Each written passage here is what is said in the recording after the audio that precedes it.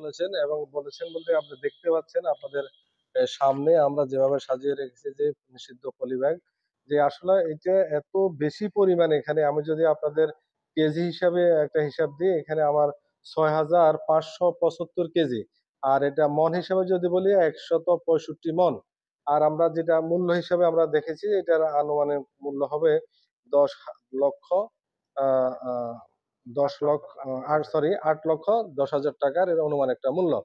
তো এই আমরা যেভাবে এটা আসলে সন্ধান পেয়েছি, আমরা জব্দ করেছি এটা যখন আমরা গত রাত্রে আমরা সন্ধান পাই যে এখানে স্থানীয় শাহপুর গ্রামে জনৈক কৃষ্ণচন্দ্র সাহার বাড়িতে এটা মানে গুদামজাত করে রেখেছে।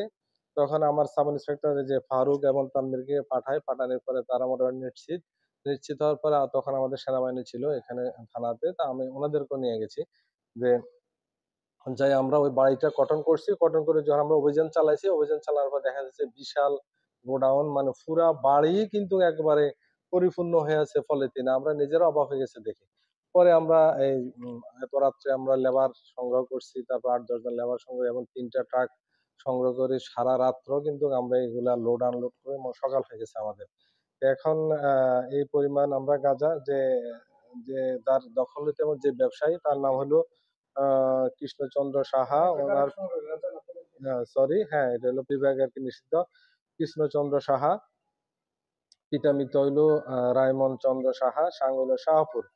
আর এখানে আপনারা জানেন যে এই আইনটা যে নিষিদ্ধ ফলে যেটা আইন ছিল 1975 সালের, যে 6 এর 6 ধারা মোতাবেক উৎপাদন, আমদানি, বাজারজাতকরণ, বিক্রয়, প্রদর্শন, মজুদ, ব্যবহার সবকিছু কিন্তু নিষিদ্ধ করা হয়েছে। এবং আমরা এই আইনের সাজা দেখতেছি যে 10 বছর, এটা একটা কারাদণ্ড সাজা আছে। বিজ্ঞ আদালত যেটা নির্ধারণ করে সেটা আদালতের বিষয়।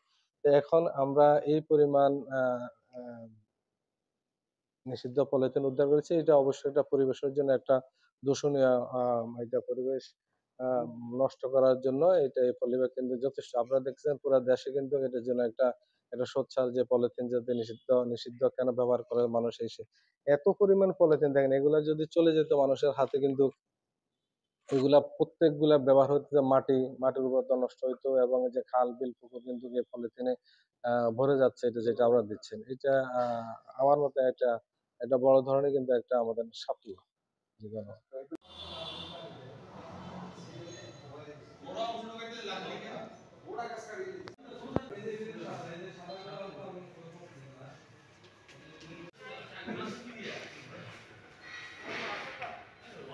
হ্যাঁ, একসাথে এত দেখি এত অবস্থা এত বিরাট